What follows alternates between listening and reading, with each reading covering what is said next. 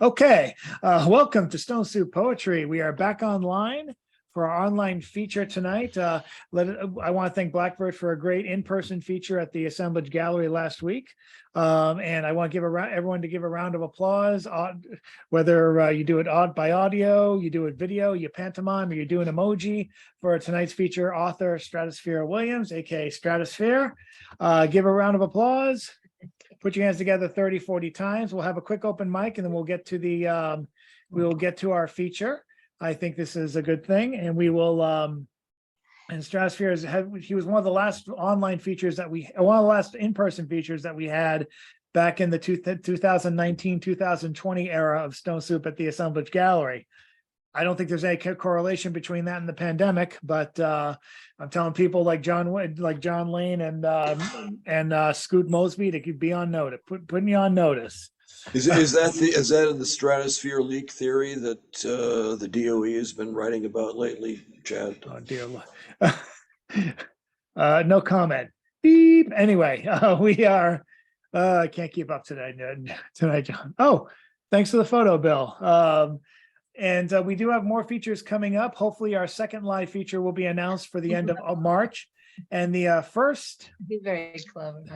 and the first in-person feature will be next week on the 8th of March. And that is Kelly O'Keefe, former member of Flatline Poetry, now a aspiring editor and publisher, and also a past organizer of events such as the First Fridays at the Jamaica Plain Church, which went remote ever since 2020 and recently went on a hiatus, and she's keeping busy, hopefully coming out with a book of her own very soon. I'm looking forward to that. And other people that have been announced I'll get to later, but I want to get to the open mic, and the Ramdonator 5000 has already selected somebody, so I want to get to that. Let's welcome up Mr. Edward S. Galt, who has photography today at oddballmagazine.com. Thank you very much, Chad. This will be a short prayer called a short poem called Prayer of Fran Eccles. Fran sat on the porch of their family's home, reflecting on their never-ending tribulations and how they came to be where they were now. They lost so much when Joe got laid off. Only so much was in their savings. Jobs were scarce, making it unrealistic that he would find another real soon. She opened up the Eccles family Bible and prayed. And that was Prayer of Fran Eccles. And if you were to see this in print, you would notice that the first letter of each line going down spelled foreclosure. So it's one of these poems you kind of have to see in print. But this is a little something in the reading. But anyway, that's the Prayer of Fran Eccles. Thank you very much. Thank you, Mr. Galt. Who do we have up next? I'm going to give it over to, well, he's calling himself Robert Dudelstein on his Zoom, but we know him better as, at least I hope we do, know him better as Robert Fleming. That's the alias of his I like to use best. Good evening. I'm Robert Fleming, a writer and graphic artist from Delaware. Would I be able to share the screen? Oh, let me get that ready for you right now. 1 sec. Thank you. Give me 5 seconds. We're currently doing just one piece to start. Is that correct? Yeah. Okay. I mean, if you have 2 smaller pieces, you can do that too. It's not set in stone. And sorry, I always have difficulty enabling multiple people to share. I don't know what it is. Oh, here we go. All right, you should be good now. Great. Well, I'm going to share about an upcoming anthology which is coming out from the National Beat Poetry Foundation. I just put the Facebook page from that on the screen. And now I will show you what the book cover for that looks like. This is what the book cover looks like. It's called Beat Style Love Poems. It was supposed to be published for Valentine's Day, but hasn't happened yet. And then I will share my writing, which will be in it, which is more of the lyrics for a song than a poem. I can also put that on the screen.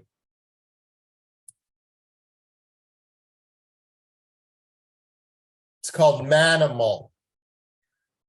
'Cause Adam ate an apple, I gotta wear clothes. I'm more than instinct. You think I can think. I'm just a link in the food chain. I have a gun to stay on top. I need love. How should I need you? Chorus. I'm a manimal, but you want a man. Mate with me, that's what I understand. I need sleep, sex, you. Let's screw. I need to survive. You want me civilized. A lot I gotta do to get my genes into you. You are savage in the night, want me tamed in the light. You want me to mind, but I'm not that kind. I'm a carnivore. Pounce with me through the barn door. We don't need supermarket meat. I'll slaughter us a treat. The bridge. You are in heat. Your scent takes me to your feet. You want us paired for life.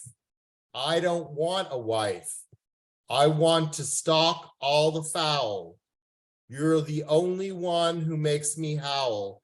You demand a promise now. I give you my vow. And the chorus, I'm a manimal, but you want a man. Mate with me, that's what I understand. I need food, sleep, sex, and you. Let's screw. I need to survive. As you want me civilized, a lot I gotta do to get my genes into you. Thank you for letting me share something from the upcoming Beat Style Love anthology, and greetings from Delaware. Greetings back to you from Boston or wherever the rest of us may be faring tonight on this chill, but thankfully not as chilly as the weekend night. What do we have next on the Ramdonator 5000? Oh yes, Mr. Bill Lewis is next. Take it away, Sir Bill. Or are you calling yourself X like you did in the in-person call? Oh my goodness gracious. La la la la la. Hi, X. How you doing? Hey mungungu yetu, ile te baraka kwetu, haki wangao nam linli, natukai na uhuru, amani na ndugu, rahatu pate na ustawi. 62 years ago today, President John F. Kennedy signed to existence the Peace Corps and changed the history of the world, changed my life and that of a million other people. We went because we cared, because we saw a world that could be a better place. 250,000 Americans spread across the globe, being there helping other people because they're other people. There was no politics, there was no bias, it was just Americans and other people. Living in the village, sharing a life with everyone else there. That is what made us, us. I love my country, I love my people, I love so much of what the world is. We have so much, my friends, and yet, what do we do with all of our glories? I want to read a bit of a speech from John F. Kennedy. Just a moment. For this is a time of courage and a time of challenge. Neither conformity nor complacency will do. Neither the fanatics nor the faint-hearted are needed. And our duty as a party is not to our party alone, but to the nation, and indeed to all mankind. Our duty is not merely the preservation of political power, but the preservation of peace and freedom. Ha. So yes, I just am overwhelmed on this particular day when the world changed for so many people in so many ways. And it is, yeah, I am damn proud to say that I am an American citizen, that we are the people who were there when we were needed. And we stood with our brothers and sisters. I am Kenyan because I was there. The Mzee, Jomo Kenyatta told us that we were Kenyans, and if he says that we are, and that is what we are here for, this world. Am Kenyan ndugu zetu, tufanya zote bidii, haki tujitoe kwa nguvu, nchi yetu ya Kenya tunayoipenda, tuwe tayari kuilinda.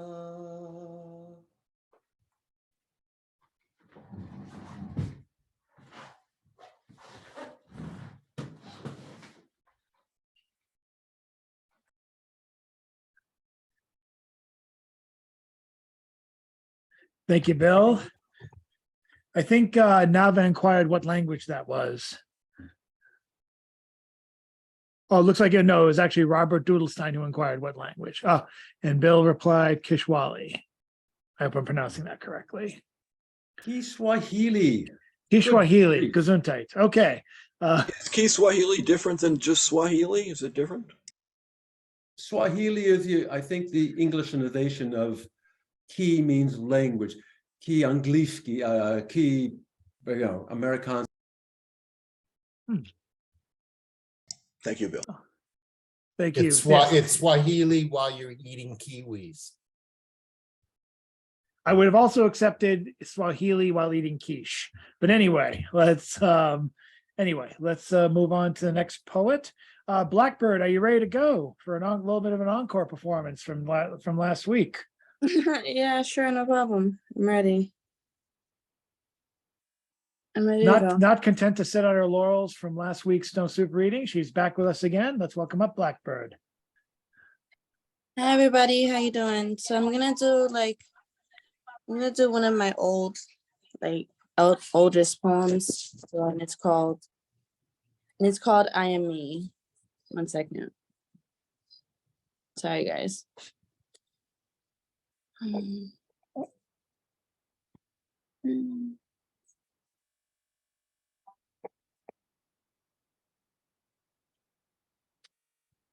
All right. You guys can hear me, right? Hello? Do Hello? you need to go? I'm sorry. Do you need to go to someone else? No. I was just wanting to make sure that you guys can hear me. We can hear you very well now. You're good. Okay. All right, good. All right. I am me. I've come from a mighty long way to a place where I can finally call home, but it's only temporary. Because you see, I came from a life that was filled with thorns. Spent many days trying to water that seed that wanted to grow to a beautiful flower and into a garden like the Garden of Eden. But each time I water that seed, I see nothing but weed. I see my life as a little child struggling to make her mother happy, makes herself be a good kid so that she can get a praise from her mother, but her mother is blind by the alcohol, blind by her own life. It's like she's living a life without me. I spent many years living alone, forced to hold everything inside, forced to grow up too quickly and feed for myself because my mom said, I will not always be there for you at the age of 9. But I got so tired of being left behind, I ran away. I went away to the streets where I found acceptance, did drugs, had sex, almost lost my dignity through men, almost lost the respect for me, almost lost that little girl inside of me that was begging to be free, almost lost my sanity, not knowing pretty soon I was going to find myself with a child. Then the Lord stepped in and gave me a second chance, a chance to be at peace, to be free. Sent angels to look after me, sent demons also to teach me about life, taught me never to trust anyone but trust my instincts and in what I believe. And in what I believe is the truth about myself, believing in myself, be who I want to be. And in God's eyes, I am me. Thank you. Mhm.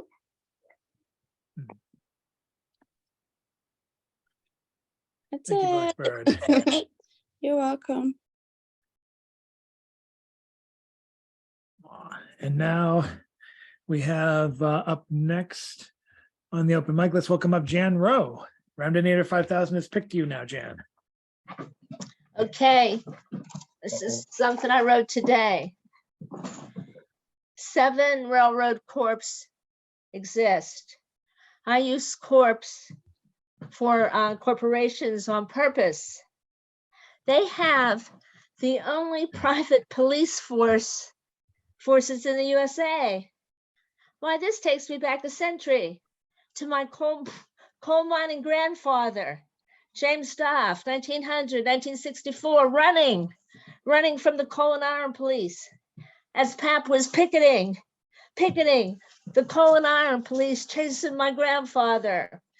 Crime rates purportedly dropped in New York as the thugs went to Pennsylvania to be coal and iron police.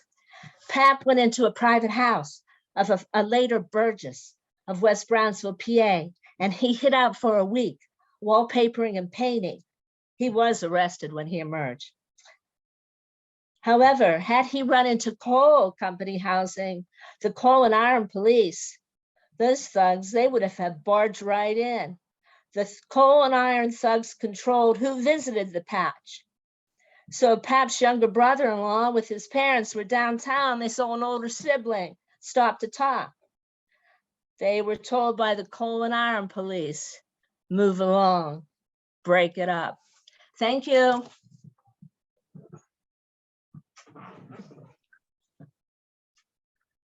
Thank you, Jan. I'm going to move over to our one phone contributor tonight. I'm going to ask her to unmute herself by pressing *6, and we're going to go to Nancy Dotson.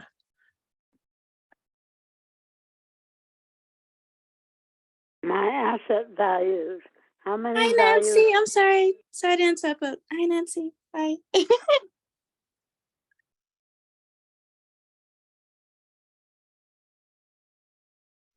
Sorry, Nancy, you can continue. Okay. My asset values. How many values have fallen down? This should be a day of recognition. But alas, no funds to make me smile. And the disadvantaged need their pay. Yes, now and every day we come to see money contains money, a way of life for all to have. Food combines food and must be bought, as well as clothing suitable for education. And you may be blessed by passing every test until one fortunately resides in security and rest. I want to pass everything in sight, good Lord. I have no right to ask, but favor me a little.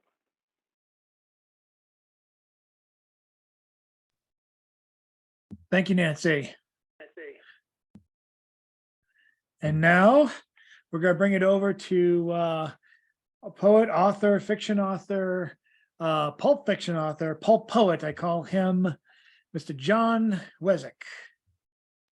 Okay, so let me read the opening to a story, and it just got published, so I'll post a link to it so you can pick it up, the rest of it. It's called War All the Time.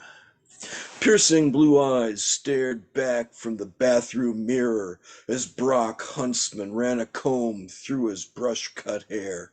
Even though he was in his early 30s, his sideburns were shot with gray, giving him an air of wisdom beyond his years. He'd added a few pounds over the years, but even when wearing a golf shirt, his massive biceps drew the viewer's eyes away from the few extra millimeters on his waist. He didn't need aftershave. Whenever he entered a room, the air got so thick with testosterone, you couldn't cut it with a diamond scalpel. He made a resolution to hit the gym after work as he ran his hand over the razor burn on his square jaw. He strapped himself into his Toyota Camry, 3,000 pounds of Japanese steel. He turned the key and the massive 3.5-liter V6 engine rumbled to life. Behind the wheel of this missile, capable of going from 0 to 60 in just 5.8 seconds, Huntsman's senses sharpened to a preternatural level. He motored out of the driveway, prepared for anything from a gun-wielding carjacker to children in need of rescue from a burning school bus. But first, he needed coffee. Help you? Shania Toothbrush couldn't take her eyes off the man dressed in business casual. As an actress going undercover to research a role as a barista turned philosopher, she compared him to the leading men she knew, but neither Jason Statham nor Dwayne "The Rock" Johnson could rival his manliness. Heat rose from her belly. Even though it was against company policy, she undid the top button of her blouse and fanned perspiration from her skin. "Large coffee," Huntsman said. "Cream and sugar with that?" Shania could hardly get the words out because the sexual tension was too thick to cut with a titanium-bladed chainsaw. "I like my coffee like my ex-wives, bitter. You know what Sartre said, baby." Shania stroked Huntsman's hand as she returned his change. "Hell is other people." "Huntsman!"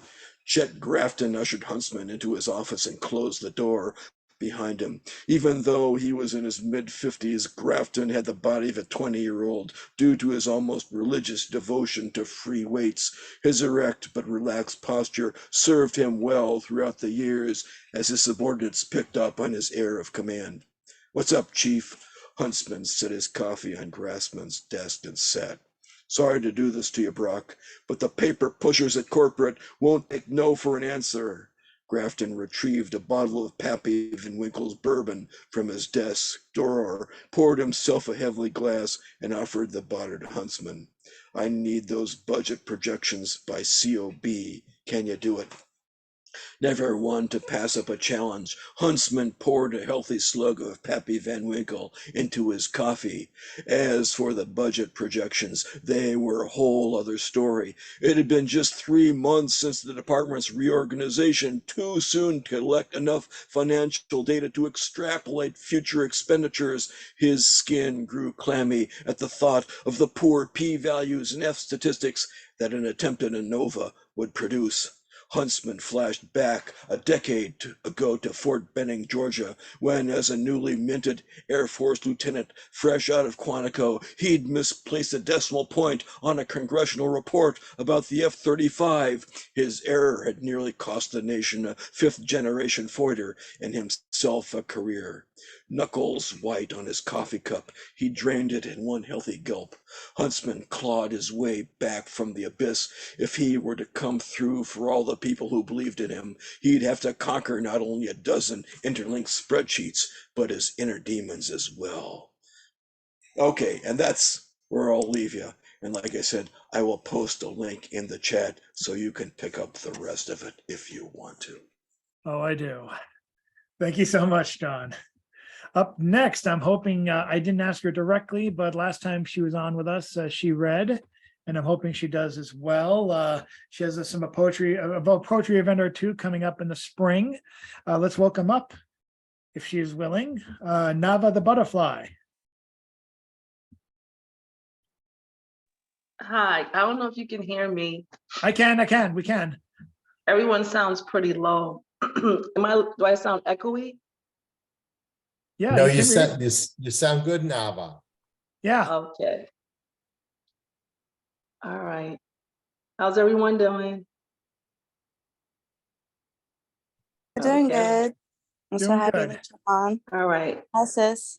Hi. I love you. So if you all just take a look above your head, if you just all look up, y'all see that? If you look up, tell me, do you see it? Because I see it. It's the full moon and it's hanging above a lousy blowjob. Jesus. And your moans go unnoticed like boring movie scenes. Kama Sutra's your name, you say? Well, I just assumed you weren't that at all.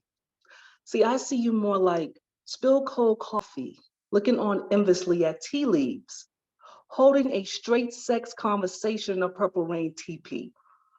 Somewhere beneath the better stars, but I'm off that. Did you know I like wearing lipstick and catching sexual needs off guard? As masturbation takes on a life of its own, it be doing it with or without me. I'm used to being screwed. I grew up in a broken home. America, where you at?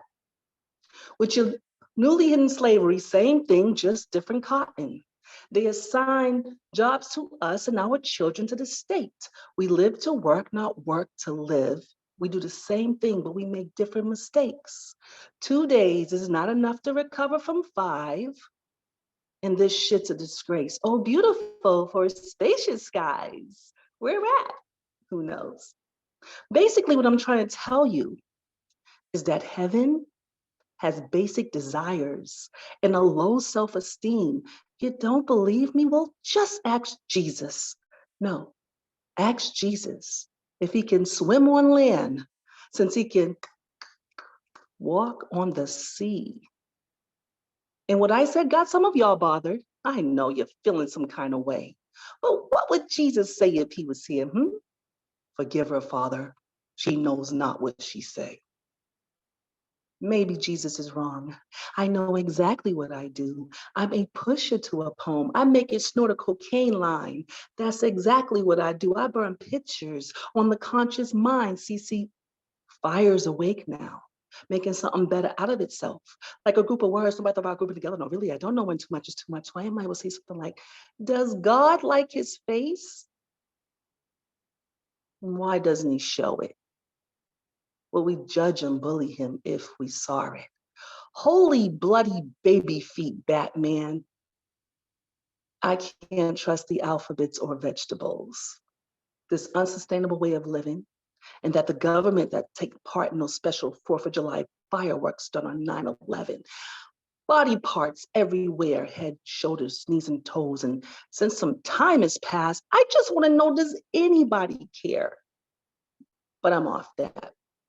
You know what's interesting and kind of like frustrates me? Religion. I know you believe in God, but does he believe in you? No, because if he did, he wouldn't test you. And still you're unable to see the acceptance you seek should really come from you. The Illuminati taught me that. But you know what's truly interesting? How Hall & Oates is white. Google it. And of course, angel porn. I know. I better be careful what I say, because I have folks looking at me in the wrong way, wishing I would die and burn in heaven. But luckily for all of y'all, I stay suicidal, and I thought about 9 or 11 ways I can end this tonight. In death, my mind will be gone, and that's all right. I'll still create frightening poems. You know what I'll do? I'll make my ghost write. As we all know, dying's not an option. Well, not tonight. And as we all see, no fear, just caution. Yeah, that's right. And I stay humble every day, all day, because I was told having too much pride, well, that's for my best friend who's gay. And happy I am not. I want to see the government put to a stop. A world with no racist ass cops, the elite on the bottom and the less fortunate on top. My most random camouflage thoughts. Open up the eyes of the see now so that they can see now what they could not. Thank you. Yeah. Yes. Yes. Yo, that was epic. All right, I just had to say something, but that was epic. Okay, I'll stay muted. You know, most people's post-Valentine pent-up frustrations are usually released far before March, but I appreciate your restraint and waiting to share that with us tonight, Nava. Thank you so much. Let us go now to Jillian Powers. Only a couple more people on the open mic before the feature. Jillian, are you ready to go? All right. Well, that's certainly a hard one to follow. So this is a short one I wrote this week. Gentle care, for we are so frail, living by others' will now, barely still here. Holding on, some say by the will of God, hands folded, hands graying. No one has words to ease the heavy emotions lingering in the still air. Seeing visible threads of our beloved soul lose tension. Still tied to the world's dock in dreams until an expected gust blows the boat away from home's shores and out life's burning flame. Thank you. Woohoo!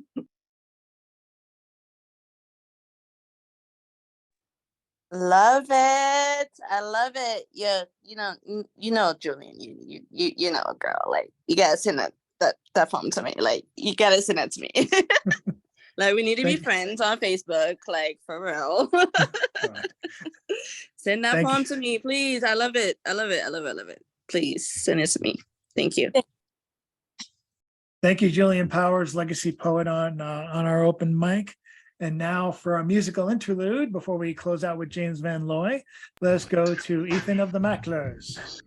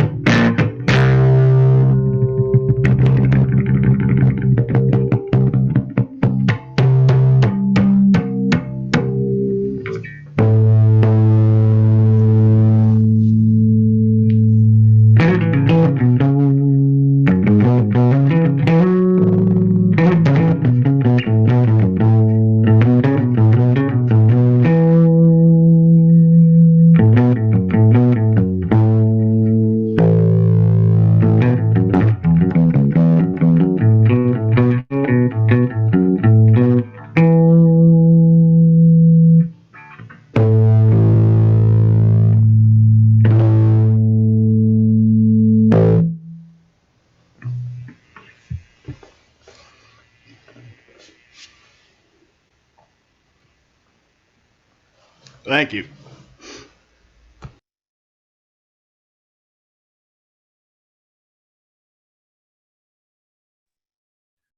Thank you very much, Ethan. And now it is time to close our open mic and segue to the feature by introducing oddball columnist and open mic regular, poet, musician, mime at large, artist at large on the sidewalk of the sidewalks near the Boston Common. Let's welcome up Mr. James Van Loy. Thanks, Chad. So I have a poem here called It's All Broken, or Do Your Own Research. I'm not supposed to keep picking up pieces to make the big picture news film from the other end of 4 generations molting of the cultural convulsion, where I find my great-grand's cousin smack in the far middle Netherlands of the Tactic-Jarige Oorlog, that is the 80-year war that left behind the remonstranten and counter-remonstranten, the forceful protests and counter-protests that made the tolerant Dutch homeland a place ever so verdeeld and for sure divided and cut up for many long centuries.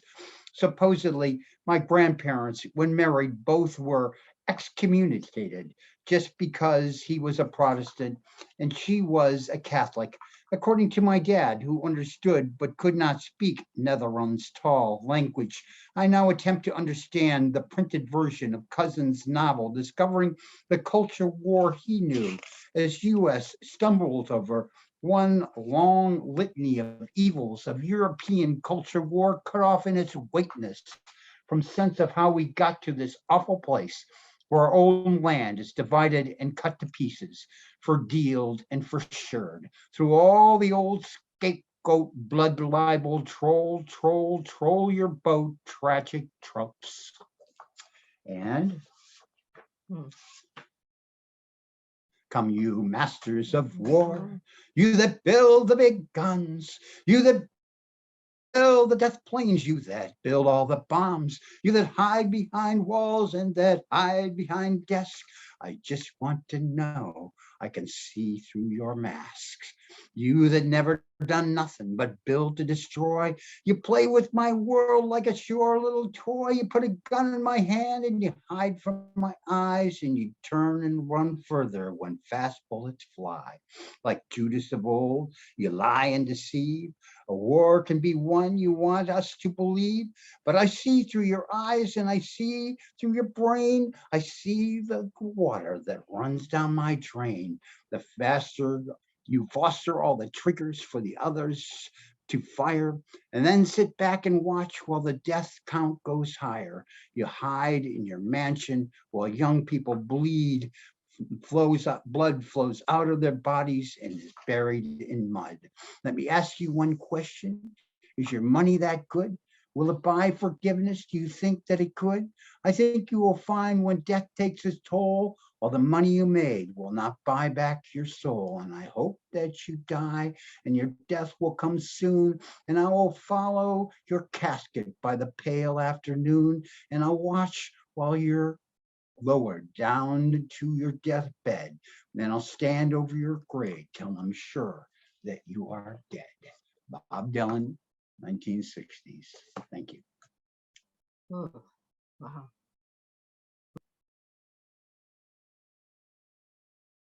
Thank you, Mr. Van Loy. Just as a reminder, we'll be in person for Stone Soup, and hopefully we'll be getting closer to figuring out a hybrid system as the weeks go by, so we can have everyone join us without any difficulties. Looking at the Stone Soup roster, the next time we will meet for an online feature will be March 15th. Margaret Osarako features online at Stone Soup Poetry, her poetry collection, If There Is No Wind, from Human Error Publishing, published last year. She's a frequenter of the Voices of Poetry Facebook group, and has been very widely published, and is definitely interested in performing and spreading the word of her book as much as she can. So we're excited to have her.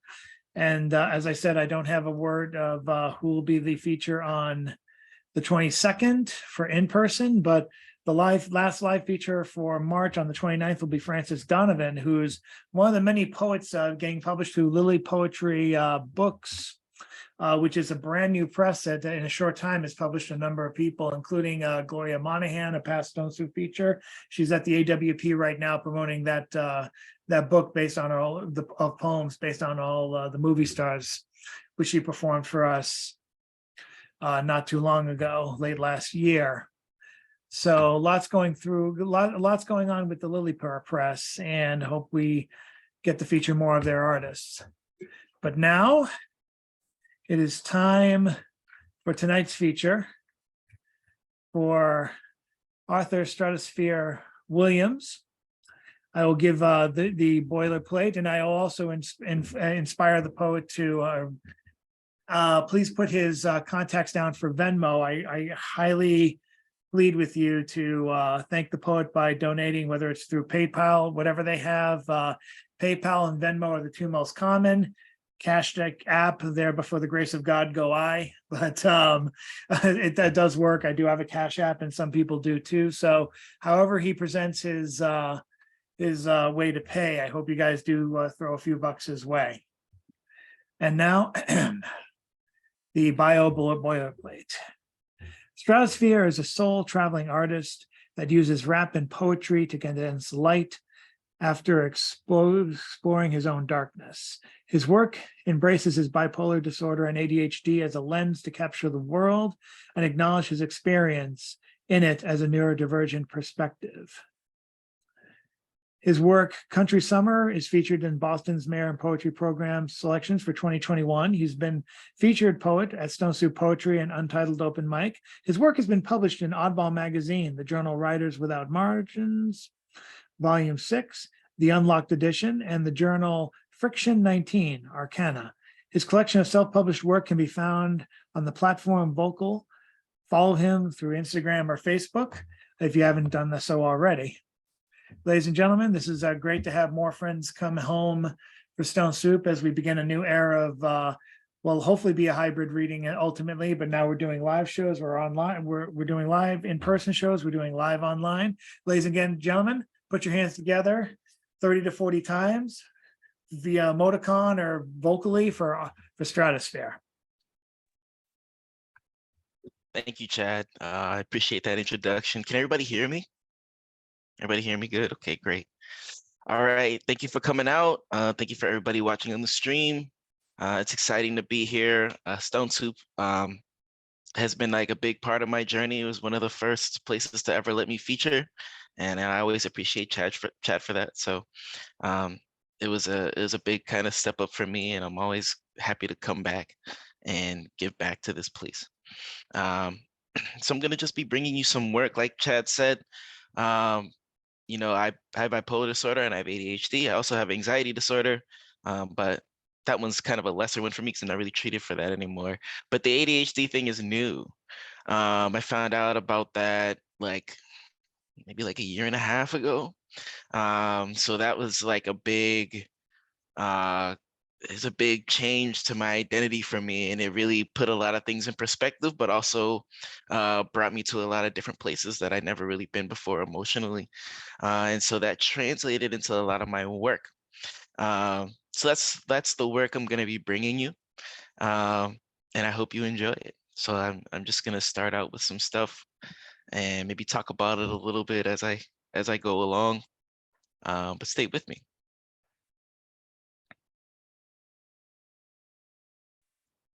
Okay, so the first poem is called My Name, a Raging. My name means king, or at least I think it does. It's hard to know. My lineage is truncated 2 inches after the tip of fountain pens. I'm only the 2nd generation to write with ballpoint since we only go back to David. Not David, a mighty man of war, but my granddad David, who my dad watched work until he literally broke his back trying to make his name mean something. And is it any wonder that my father's first career was as a lawyer? In that field, signatures signify everything. But back to David. because it only took a generation to go from biblical to mythical, from David to Arthur, from slingshot to sword. But the need to overcome poverty and prejudice never changed. In my view, both names feel the same, and now I am Arthur Jr., a child blessed with a suffix in N that broadcasts continuation, like I'm supposed to be glad of a personal inheritance that presses me down deeper than my pretzel depressed the paper I marked for the SAT at 17. I loathed the idea of ruling resources mishandled by my regents, but I wrote my name because I couldn't afford to lose 200 points, like I couldn't afford to emancipate and lose 2 generations of support. But I think that my name means king. All the expectation and resources and even love that I was given, but my name means that I can never live for myself. My name is Arthur, after my dad. And I was named to bear the weight of having it all on the condition that I give it to everyone else. Thank you. So that is number one, just jumping in. I actually have a pretty good relationship with my dad now. I just had a hard time with it for a little bit because when you find out you're diagnosed with something like this, you know, it's genetic. You have it your whole life, and then no one saw it, no one could tell you about it. It affected you your whole life. Is difficult to feel like you're truly connected to people. But I love my dad. He's awesome. Please tell him that when you see him. Okay. All right. So this next one is called Fidget.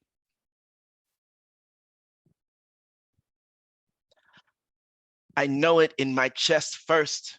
The breadth of my heart fades back into its physical boundary. Beats rumble against my breast with the same intensity they used to resonate with the world. I catch my breath and strangle it until oxygen is diffused by my lungs. Shortness of breath is to feel that something is searching for sun inside me, because the strobe of my quickening gas bring less illumination than epilepsy in the sight of the door before the greater world flickering out of existence like some stop motion solar eclipse causes seizures that send this tortured something crashing into my rib cage at one, now nearly 200 beats per minute, because my chest is too full to nurture anything but blood that thrums delirium. And this frenzied SOS is the only way it can relay its claustrophobia.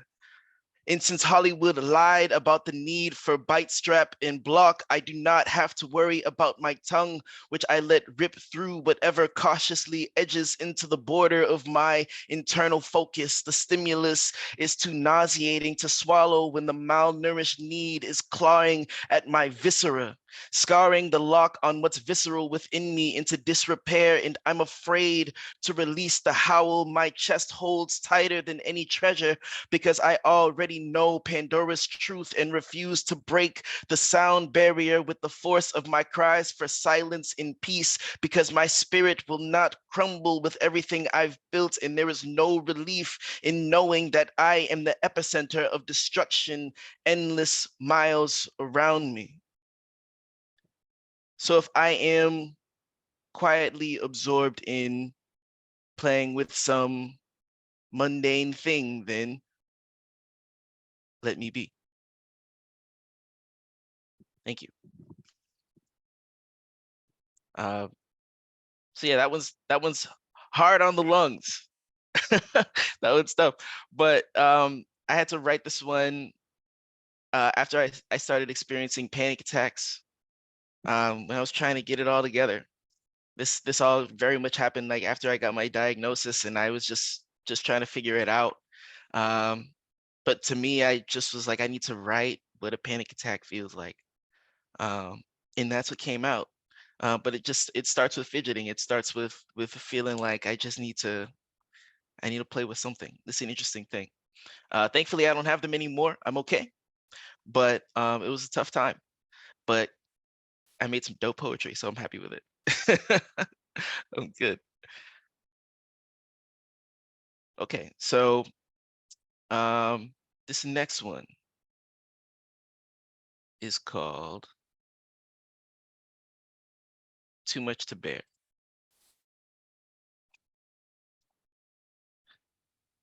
At church, the pew is pressed hard against my earthly body.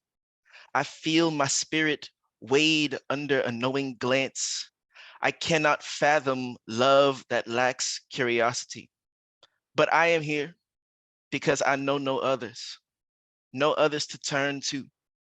No other faith that defines extraordinary existence lives in the stock of my marrow. I am desperate for the sublime. Hopeful of the divine, I pray as the preyed upon, I enter the trap, willingly interred, resigned to release that demands me serve. The price of paradise leaves my head a muddled garden. No Eden can be found there. My sorrow wets weathered pockets of green. I mourn the vast barrenness between them. Heaven, peace, a place for us all is so far removed. I must hold it in my heart, but never in my sight. I ask the necessity of inheriting this misery, to be untethered when others seem secure, to turn cheek until the soreness does not fade, to feel tender touches draw blood, to endure love like a blade. Without an answer, this burden that my predecessors praised you for is too much to bear. Thank you. So I have my stuff with religion. I feel like everybody, either you're really cool with your religion or you're really not. That's how I've experienced it. But during that time, it was really hard to buy into the idea of God, to be so this thing that just knows you inside and out, and wants the best for you, but at the same time gives you these things to deal with, is like is it was I wasn't impressed. And so I just it just felt like a lot to have on my shoulders. So I'm like, I don't know, if it kind of feels like I'm venting to you guys, I'm not. I'm just sharing my experience at that time. So please bear with me. Um, let's move to something a little different. Um, I had a friend uh, leave, and we were really close. It was an interesting relationship, so I thought I'd write about it. This one's called Distance. I look for you in deep woods when the scent of sap lulls me into the grass like breaths of pollen, and the soft earth makes room for me. The leaves dim the light, and warm breezes make me sigh and sway with each gust, while gay birds sing bright songs. I find you when I want to sing along. I look for you leading wolves. We stare from within the underbrush, stirring quietly after the twittering stops. The sound of hunger is the rustling of bushes trembling as we stalk. When night pulls day under its sheet, long tongues anticipate satisfaction. Bared fangs seek flesh to hold down, and the pack pants with the thoughts of ravaging their prey. I find you when I'm howling at the moon. I look for you before you've left, when traces of you linger in the air like the musk of trees after a storm, and the force of moisture climbing into the sky carries the last of you away. It is difficult to find you where nature wept. Thank you.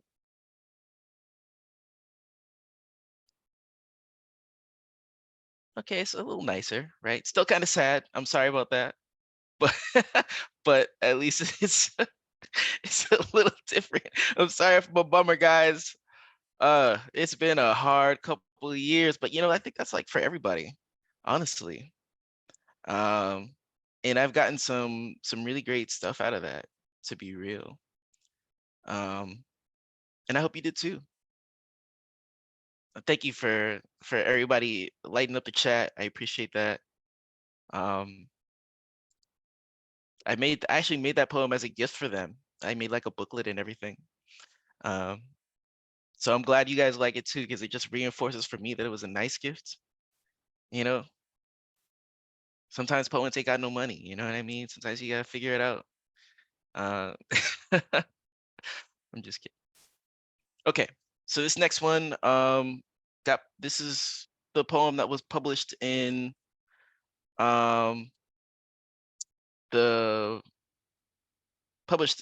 Friction issue called Arcana, which I think is still coming out. Basically, it was supposed to come out like a couple years ago, and then COVID happened and all the supply chain issues, yada yada, and so there's no real book, right?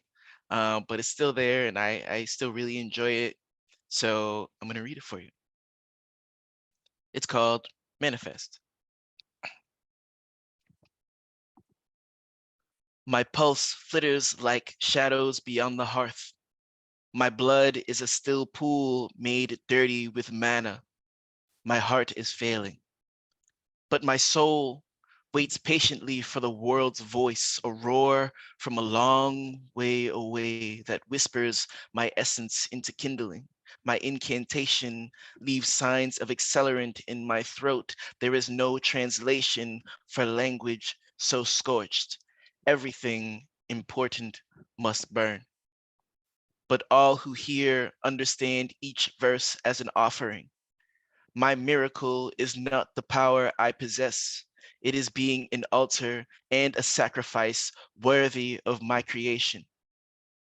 To use words that are mine is worth becoming ashes. Thank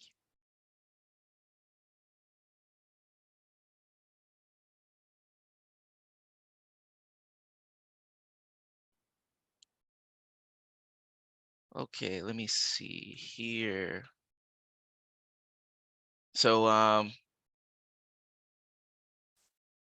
while ago my granddad passed, and this is like the poem that I wish I could have wrote at his funeral. It just took me so long to actually process what happened that it just wasn't there, you know. We just thank you. He was great, and the family is fine. I'm fine. Um, but I just felt he deserved a piece. And so this is it. It's called Cold for Winter. My granddad is the subject of many stories. So many, even before his funeral, he passed on so much inheritance as memories. Me, I heard most of them from big cousins, the grandest ones from aunts and uncles. Sometimes I think the tinder of my ambitions is the context given for the things granddad may have felt mundane. I still have the image of gleeful children, faces burnished by the bronze glow of a couple $100 profit from penny candy granddad's store sold during the week. I pick the sweetest parts and unwrap them to taste the bittersweet of not yet weeping. But I think of him. I remember him surrounded by his children, now grown, as he lay handicapped in his bed, propped pillows angling him just between being participant and subject of conversation. I never could stay huddled close to his fire. The others nearly had their hands in, and in comparison, I was cold. And I wonder if he felt that. the range of his warmth failing to reach younger generations. I admire him, but knew him well beyond his twilight, the darkening of his mind bringing shadows he never realized he kept at bay from his children. He still heard the stories, but the chill wind of deepening night made him flicker in and out of the tales. I think he would crackle when he heard his name, but I wonder if he was giving up on the middles just so he could smile and flare, triumphant that he reached the end. I wonder if there was a night that went too long without someone raking the coals, and in the ashes insulating his dimly smoldering mind. He knew that he would be alone long before he became embers. The wind would chase his children back into the shelters he taught them to build. Good dad, granddad. I woke up before the sun and stepped out to find him cold, not even smoke. And the EMTs had already amiably dug him out the pit, had the coal wrapped up and placed on a gurney. My aunt was the only one crying. I felt like the EMTs should have come back for her. She was the only one hurt. I was numb, not dressed for this weather. I only knew that the days would be so much colder now. It was November. That's how winter started for me. Thank you.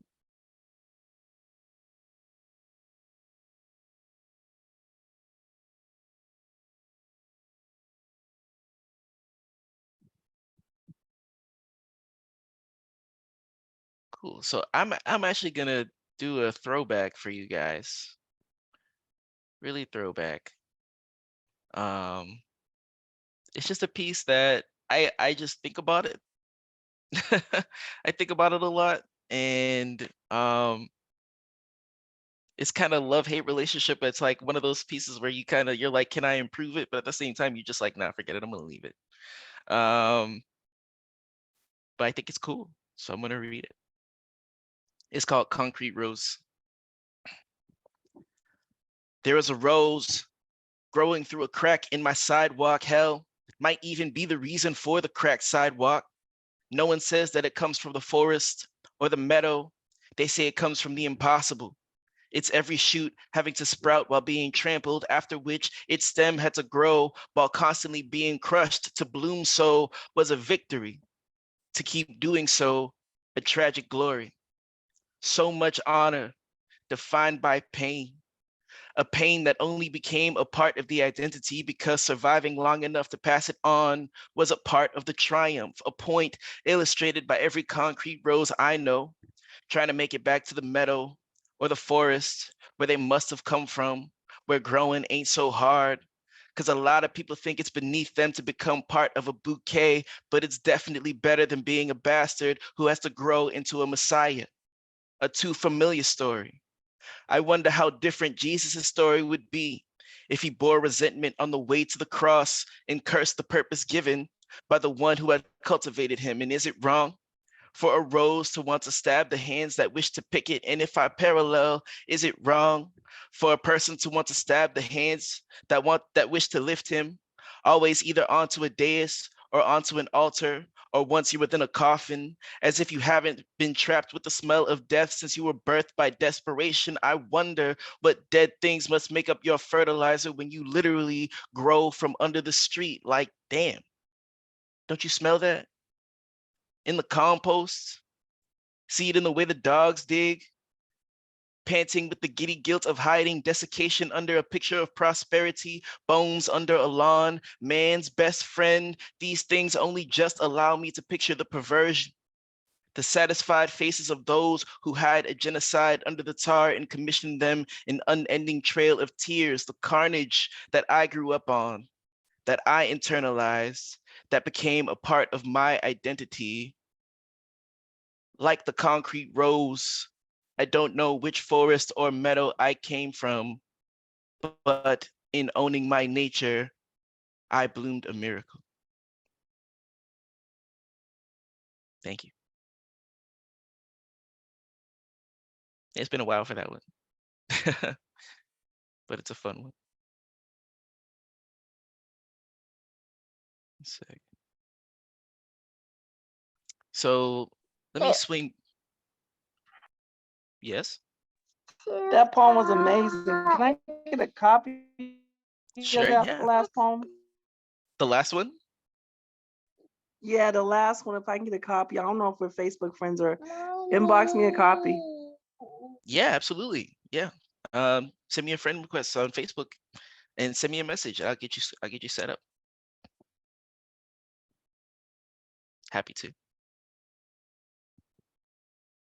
So I'm gonna swing back a little bit, back to some of the poems that I was writing when I was going through like processing having ADHD. This was kind of one of my first attempts. It's called What I Tell People.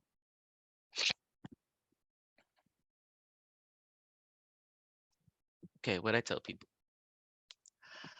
I tell people that I'm clumsy when my small sip of morning coffee becomes rubble staining the floor they just cleaned, always cleaning up after me. My mess gets everywhere. My shirt is a used napkin, so I'm the mess. Oh, I'm such a mess. And we laugh about that. I insist on picking up the pieces. The room becomes 3 times bigger when I hear, be careful, always reminding me to pay attention. I'm so wary of attention. It's obvious to everyone when I'm not aware, except me, who's not aware. Don't worry, I'm just getting the big pieces first. And we're cool with that. I tell people that I'm clumsy to explain my relief when everything is clean again and they sit back down to relax. And there's a cut on my palm, a shard in my foot, and I'm tired again after a sip of coffee, but I can deal. You hungry? I could eat. And we agree on that. I tell people that I'm clumsy to lower expectations. After the clinking of plates gives me vertigo, I dread the fall of a dropped fork and dropped food and how falling leads to dropped conversations. And maybe I should just drop dinner. I can barely drink coffee and now I have to eat a meal. I wish I had the stomach for it. How much do you want? I'm thinking like tapas. And we chuckle over that. I tell people I'm clumsy, so they forgive me when I spill all over their favorite things, best friends, trips, get-togethers, parties, events, plans. I'm good. I don't need help getting up, and I do. But we move on from that, so I can deal. I tell people that I'm clumsy so they don't feel bad when I need the sound of my shattering to reach an ear. When I call and they don't pick up and don't call back or text or help me gather myself because, bro, you're such a mess. And we didn't laugh that time. So before they can ask, I tell people, sorry, butt dial. So I can, because that's the deal. Thank you.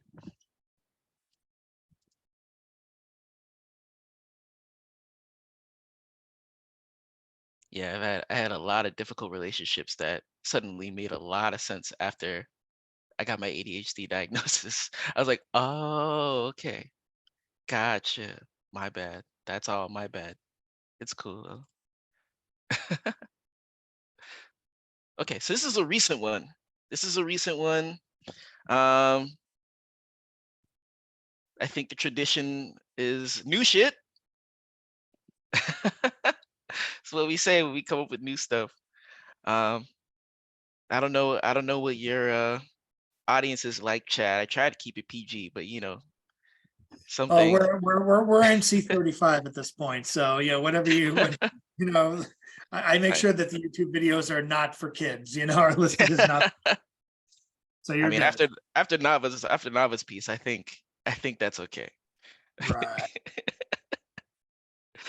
Great piece, by the way, Nava. It was awesome. Okay, so this is called On the Mat. When I run, the city bears witness to breaths of steam in hot-blooded steps, to the wearing down of pads that need more tread. I have already been stripped down to flat sole. I'm afraid that the world will slip from under me, but I can't afford to buy new feet. When I rest, my eyes find exit doors and back streets along main roads with few corners. My hide is fair game because it isn't fair. I live here, but I would be shot if I could not scratch out a den here. So when I roam, I bathe atop the blue hills in the glitter of the winter sun's cold stare. On the trails and among the trees, I savor warmth as a scarce delicacy fallen through the net of leaves. When I arrive, the double doors open to gym lights that shine the deep yellow of a sun lamp. This pale warmth is not meant for me. Before the whistle, this affluent high school's gymnasium feels terrarium to my indigenous, but my adaptation to the glare of bought light in the sink of sponge earth is too quick for my limbs. They click from the bend and hunch of my now hostile stance that curls to hide what I used to expose. I crush myself into a large threat. On my back, I think of my pride and theirs. To them, I perpetuate invasion with every lunge and grasp. How barren is the callous grip of this tiny territory's influence on me. For me, home is having the blanket down of wild grasses to sleep on and sturdy crags to nestle in for shelter. But after the pin, it is on two legs that I stand, above and for the fallen. It is my fist raised in victory. Thank you.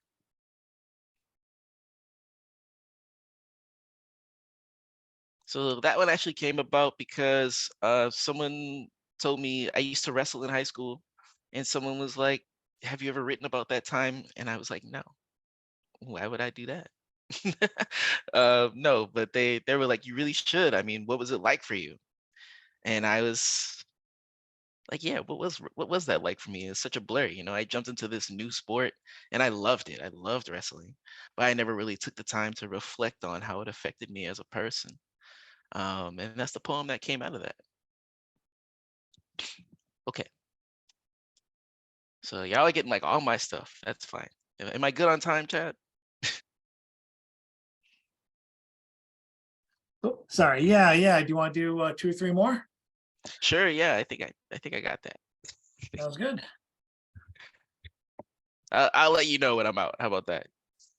You guys will be here till like midnight. Yeah. Okay. So this one is called Down a Dark Highway.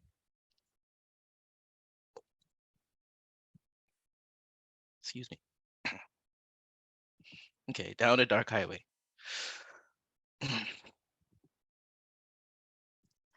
It's a shot glass, but it's a full glass.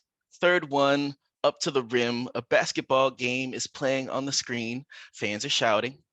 Unsure footsteps drag the tipsy to the bathrooms. Timeouts draw parallels between dancing cheerleaders and fleet-footed waitresses. The dull rumble of enjoyment doesn't affect the glass. The tequila that the bartender recommended after one look at my face never ripples, only reflects the dim sheen of the bar counter. I can only see myself looking out. I know that the world would burn if I drank it in like this still spirit. The vapors carry me in their fog to commune with ghostly thoughts of what brought me here. They float me back to my car and seat me under the endless gray of an overcast sky. The heaviness muffles the highway into a wan halo of headlights, taillights, gas stations, and highway lampposts.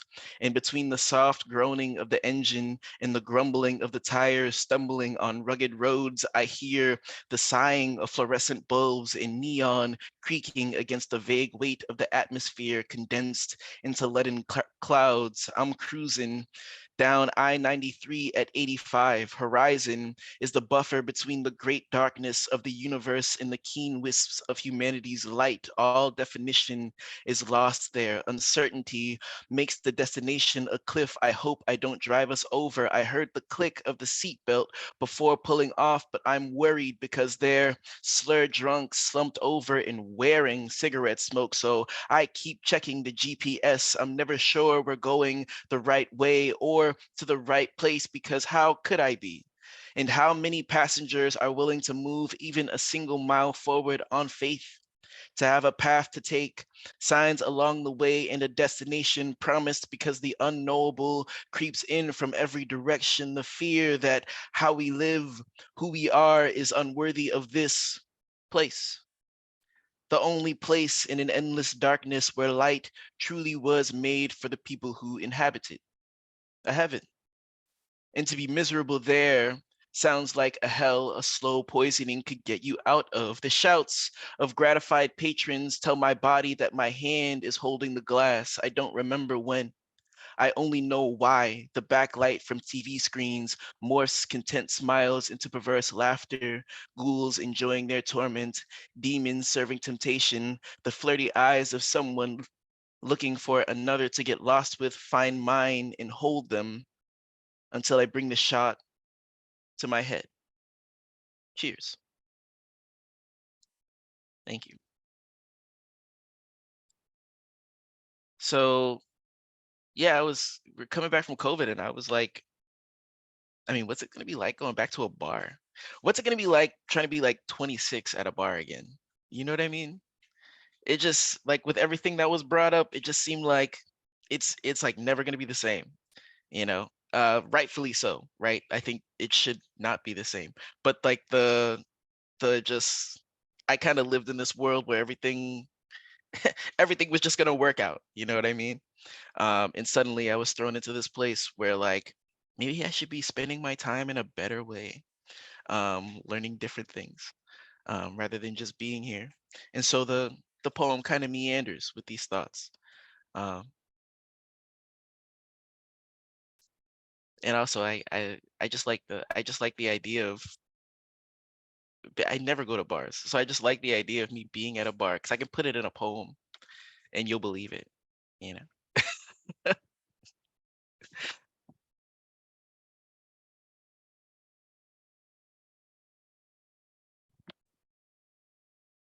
Okay, so this one, I'm not really looking for criticism, but I'm looking for criticism. So you guys let me know. All right. You can tell me in the chat. Constructive, constructive. Um, but this one's an interesting one for me. I'm playing around with the style. You can even say it's kind of a work in progress. But it is finished. I won't bring you like unfinished work. But we're getting real here. So this one is called In His Image. I condense the love that I feel into a drop that fills every dirty jar with crisp burgundy in sweet celebration.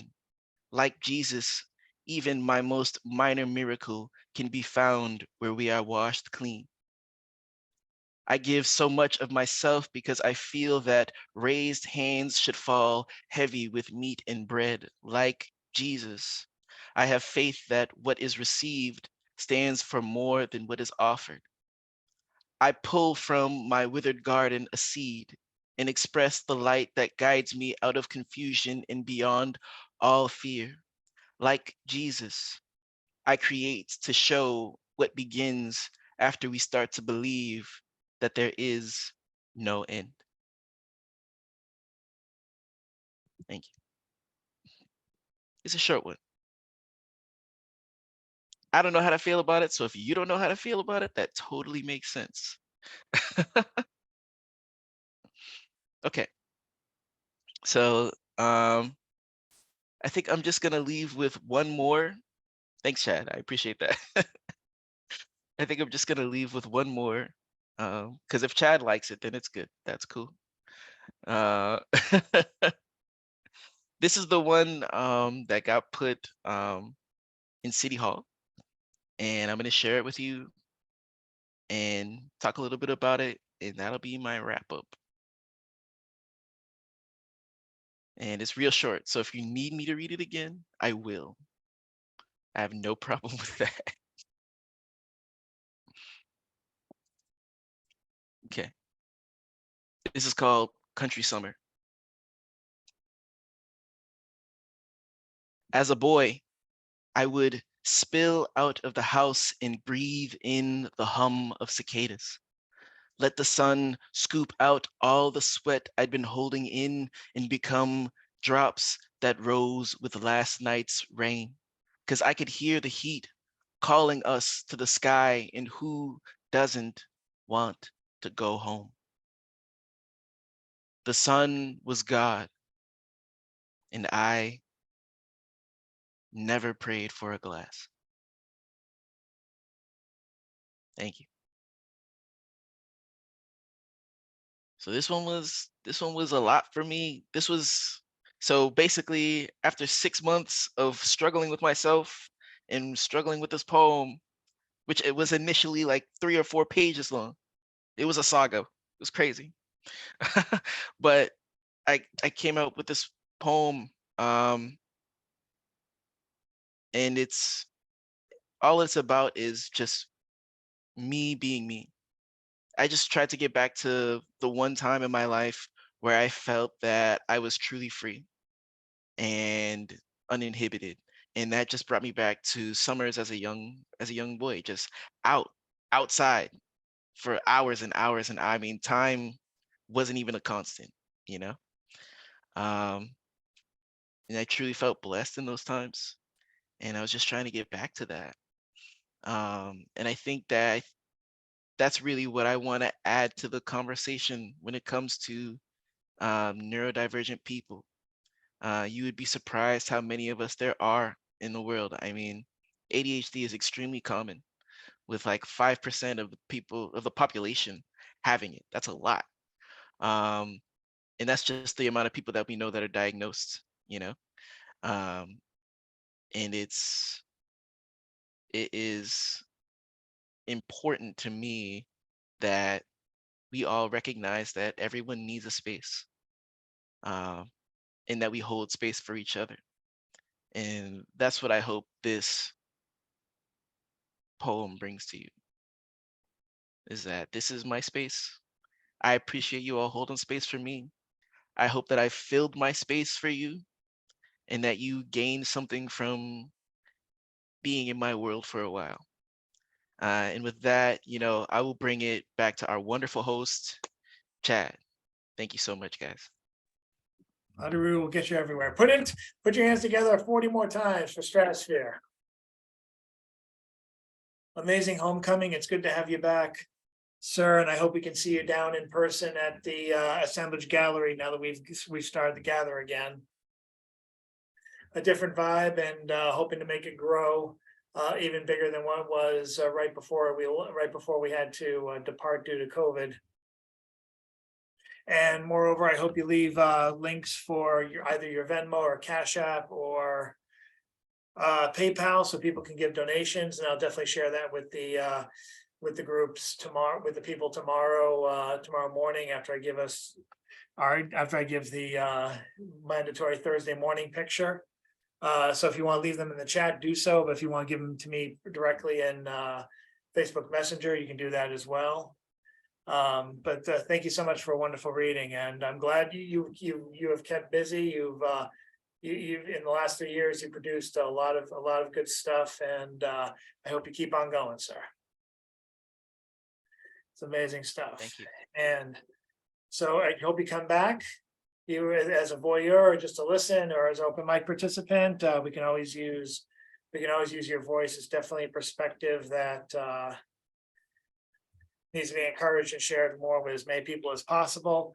Stay tuned for the YouTube video, which should be coming out sometime between 8:30 and 9 o'clock tomorrow. That's in the AM. I'm sorry, we had issues with Blackbird's video last week. That's why it hasn't gone up. So I'm hoping to fix that. And everyone can come back, at least in spirit, next week as we introduce Callie O'Keefe to the in-person Stone Soup Group with Kelly O'Keefe. And thanks again for thank you all for a wonderful evening. We'll do the obligatory wave while we still have energy.